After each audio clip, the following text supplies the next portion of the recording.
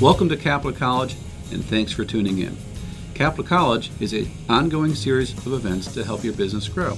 We invite knowledgeable speakers to lead a lively discussion and give a very good presentation on information that will help your business grow.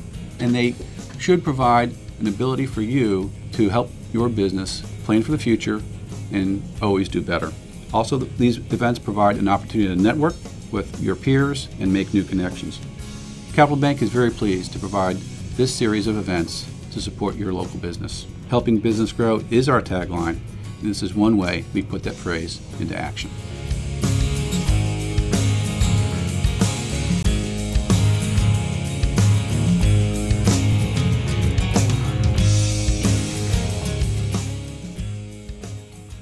I'm going to tell you about something that's dramatically changing your business, whether you know it or not. The Durbin Amendment. And then I'm going to talk about some new things that are happening in my business that will affect you. And of course, we talk a lot about reducing costs for our merchants. Chicago happens to be the world headquarters of almost every retailer that you can think of. What do the retailers want? If you're a national retailer and you're paying out 3% of your sales to Visa and MasterCard, what do they want the government to do? He wants them to lower the fees. So 7-Eleven starts a grassroots operation. They get people in the stores to get signatures, they get petitions, they get public outcry, and before they do TV advertising, and before you know it, the Durbin Amendment got added to the Frank-Dodd Financial Reform Bill. And the Durbin Amendment regulated my industry. This went into effect in October of last year, and for the first time ever, the government tells me and my company exactly what I'm allowed to charge you. So for 20 or 30 years, the rates varied, they floated, it was complicated. There were over 70 categories of MasterCard card brands, or over 70 or 80 categories of Visa card brands. There were three things that the Durbin Amendment did. It regulated the price of debit. So it set a debit rate of 5 basis points and 23 cents. The second thing was they reduced the fees for customer not present transactions. These fees were reduced, and the technology that we brought to the table to do that allowed us to do it proactively.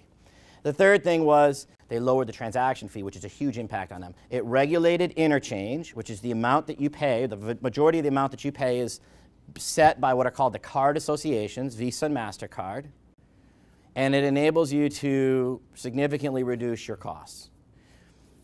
That has been a groundbreaking change in my industry. They gave a lot of leeway. Like, for example, one of the leeways that they got away with was that they didn't regulate what are called network fees, which used to be a tiny little part of the transaction. It used to be a fraction of a penny.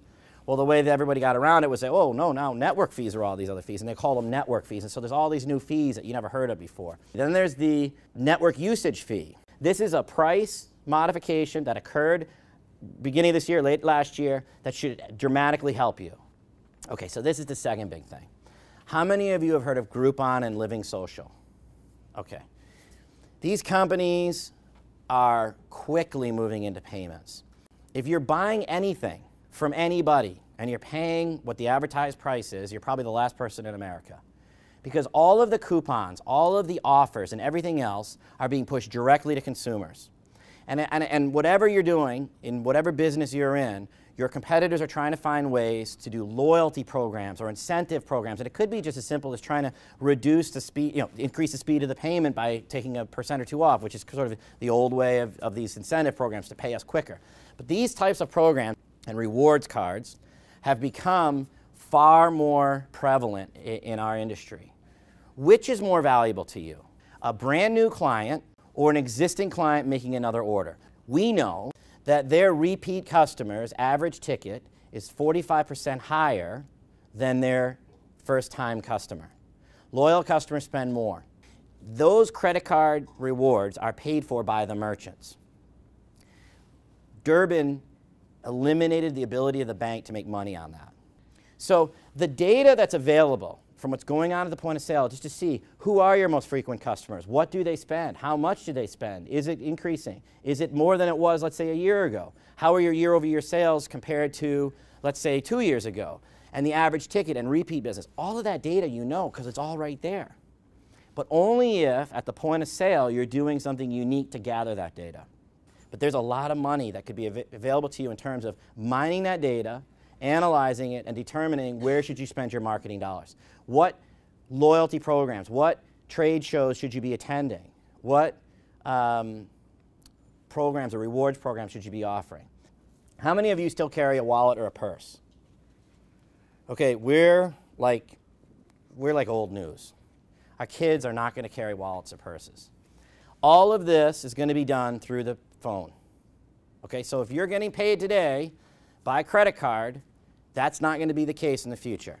Every single phone manufacturer today has got in development, in all of the new phones that will be coming out, an e-wallet, an RFID payment or an e-wallet in the phone. This is what's going to happen. Payments by mobile. They're going to be using the phone to drive e-commerce. But it's just a matter of time before you're going to be in your business and somebody's going to pull out their phone and try to make a payment.